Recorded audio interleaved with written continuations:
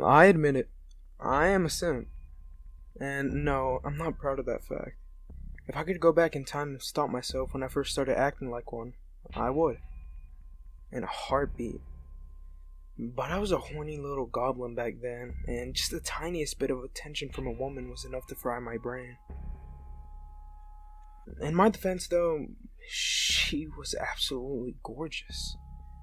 Brown eyes that twinkled mischievously, plump, kissable red lips that parted to reveal white teeth like perfect little sugar cubes, and thick, dark hair that gently tickled her shoulder blades. Her dresses clung to her like they couldn't get enough of her body, and I understood why.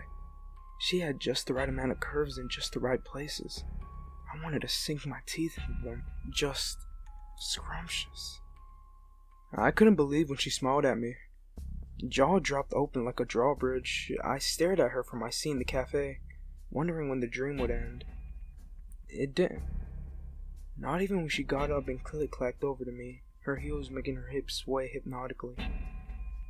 She slipped into the chair in front of me and asked whether I was staring at her. Dear God, her voice. It was like she was pouring nectar into my ears. I shook my head like an idiot. She laughed, and it was music, like birds singing an ode to the falling leaves on an autumn morning. Cute, she said, and bit her bottom lip. And that was that. One meeting and she had me wrapped around her fingers. To say that our relationship was a whirlwind romance would be an understatement. It all feels like a blur to me.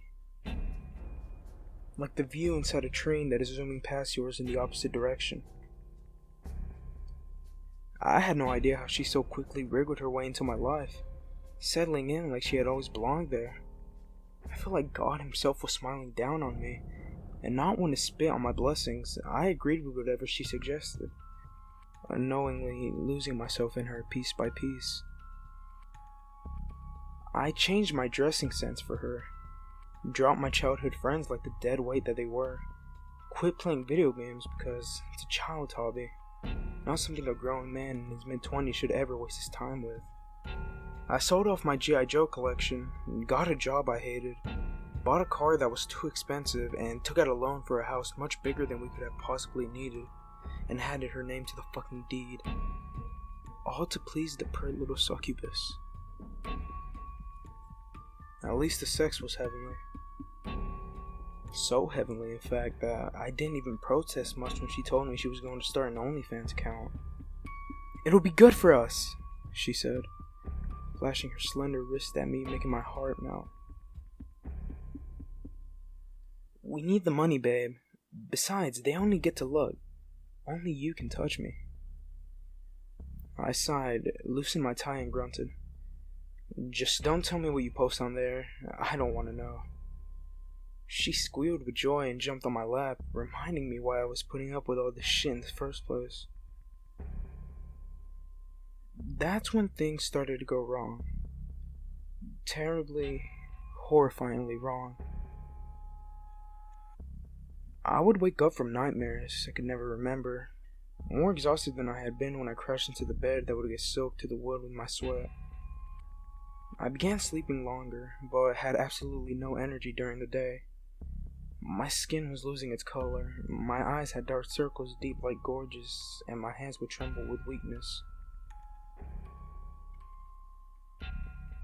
At first, I chalked it all up to stress. I was overworked, without friends, stuck in a superficial relationship, and burdened with staggering financial obligations. Of course, my body was finally starting to give out. I wasn't a machine after all, was I? But then the bruises started to appear. On my hands, thighs, back, knees, elbows. My body was being dotted with these little red marks that would inexplicably appear each morning. And they would hurt, like the bite of a fire ant. She had no clue what was causing this, but I did. It all began with that damn OnlyFans account, and I knew I was going to get my answers there. I quickly set up an account and subscribed to hers, but to my utter disappointment, there was nothing out of the ordinary there. Just lingerie pictures, a couple of full body nudes, that's it. Nothing that would explain what I was going through. This was because she had another account. Under a pseudonym, one that she never told me about. Thank God for my connections in the IT sector. I was only able to track it down thanks to them. As soon as my phone buzzed with a message telling me about her alternate account, I ran into the bathroom at the office. I locked myself in the first empty stall. I wiped the sweat off my hands and unlocked my phone with shaky thumbs. I made the payment and got access to her account. And what I saw made my head spin in fear. It was just the most bizarre collection of pictures. Animal skulls mounted on some sort of greasy altar. Candles arranged around a strange chalk diagram on the floor of our basement. Grainy photos of rotting carcasses of dogs with their entrails ripped out and laid in a circle around them. Close-up pictures of accident victims in their cars. Limbs cut off, flesh burnt black, skin melting off, eyes crushed to a vicious jelly. How the fuck were these photos up? How did she even get them? Why had the folks over at OnlyFans not deleted them?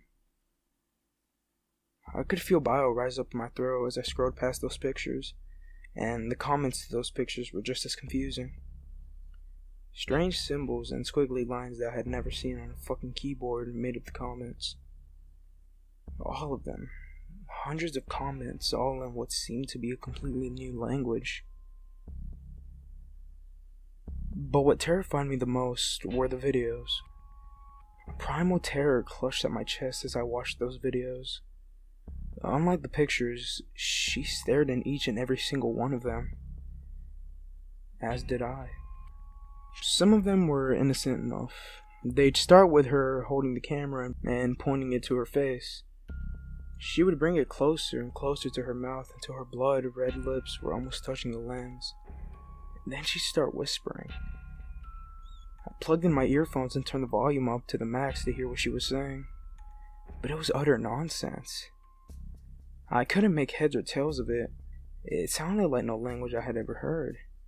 It scared the shit out of me. It was like she was running her tongue around inside my ears, threatening to condemn me to a fate worse than death. She would then walk and come stand over my sleeping form. The video would now speed up, and she would stand over me for hours. For fucking hours as I tossed and turned, tormented by my nightmares. She would stand over me, pointing the camera down on my face. I took a second to calm my heartbeat, which thumped against my chest, my ears, and my temple before moving on. Another video. This time the camera was set up on a tripod next to my bed. She was there again, hunched over my sleeping form. But this time she didn't just watch. She bent over, splayed my forearm out, and drove a little needle into it, quickly licking the drops of blood that bubbled out, before turning and grinning at the camera, the greenish night vision making her eyes gleam. I gasped and almost dropped the phone. There were so many of these videos. Her injuring me, licking the blood off, and then grinning at the camera. Literally hundreds of them, all with the same script. And then I moved on to the most recent video. The screen flickered to life and our basement came into view. It didn't look anything like I was familiar with. Lit up candles that bathed the room in dull orange glow. The entire basement had been turned into some sort of altar, like the pictures I had earlier seen. Unclean cattle skulls were strewn across the room. The floor was slattered with squiggly chalk lines set up in strange symbols. Tapestries with dizzying designs embroidered on them hung from the rafters, and smoke arose from somewhere off screen. In the middle of it all, though, was the love of my life. Nude, with her entire body soaked in blood, she was writhing on the floor, touching herself and moaning in a hoarse and guttural voice. Propped up on a small table in front of her was a framed picture of me with the eyes burnt off, probably with a cigarette. The fear that crashed into me brought tears to my eyes. She began rubbing herself faster and faster and faster and faster and faster until her hand was just a red blur on the screen. Sharp shadows danced on her face as she began speaking. Soon, she said. Soon, soon, soon, soon, soon, soon, soon, soon!